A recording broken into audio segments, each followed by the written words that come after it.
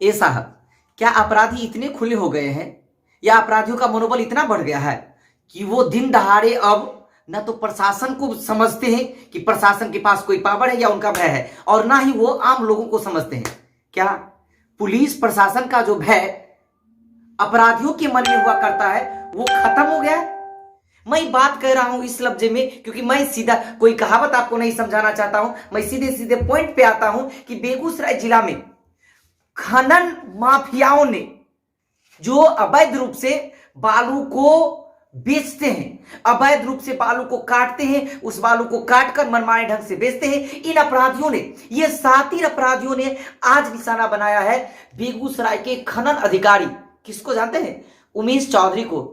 ये उमेश चौधरी वो हैं जो खनन विभाग में वर्तमान बेगूसराय जिला में कार्यरत हैं, और ये हम कहें तो अहले सुबह लगातार लगे रहते हैं। जहां से अवैध रूप से खनन की शिकायतें आती है वो वहां पहुंचते हैं और उसको रोकते हैं। लेकिन जानते हैं क्या हुआ है? बता दें। अरे मटिहानी थाना अंतर्गत एक बार फिर अपराधियों ने खुलेआम अंधाधुन गोली नहीं चलाई, फायरिंग शुरू कर दिया, और इस फायरिंग में भगवान कहे कि बाल बाल बचे हैं। कौन?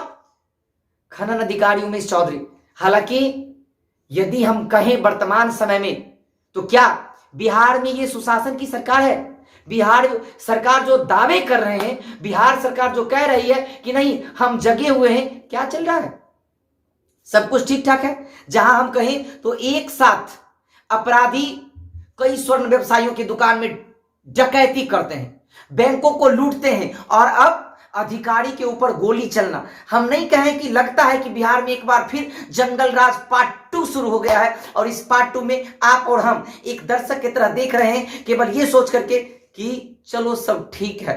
लेकिन एक बात तो यहां से मैं जरूर कहूंगा, ये स्पष्ट है, ये खनन माफियाओं का जो मनोबल है इतना अधिक बढ़ गया है, इतना व्यापक पैमाने पर बढ़ गया है, जिसको हम यदि कहें तो उसका जीता जागता उधर आज का यह फायरिंग है। हम एक बार पूछना चाहते हैं कि क्या इसके पीछे कुछ की संख्या में अधिकारी भी लगे हुए हैं? क्योंकि हम यदि कहें तो खनन माफियाओं के 2-4 गाड़ियां पकड़ ली जाती है, लेकिन कहां जाते हैं वो बड़े बड़े पॉपलेन जिससे बालुओं को काटा जाता है?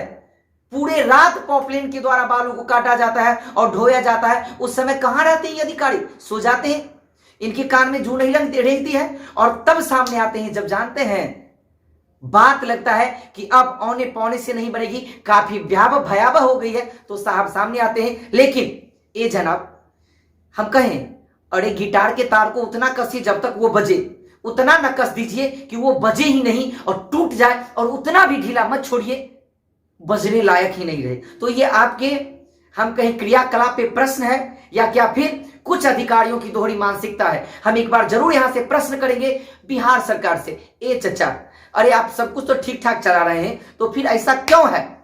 क्या आपके सरकारी कर्मचारी में कोई खोट है, या फिर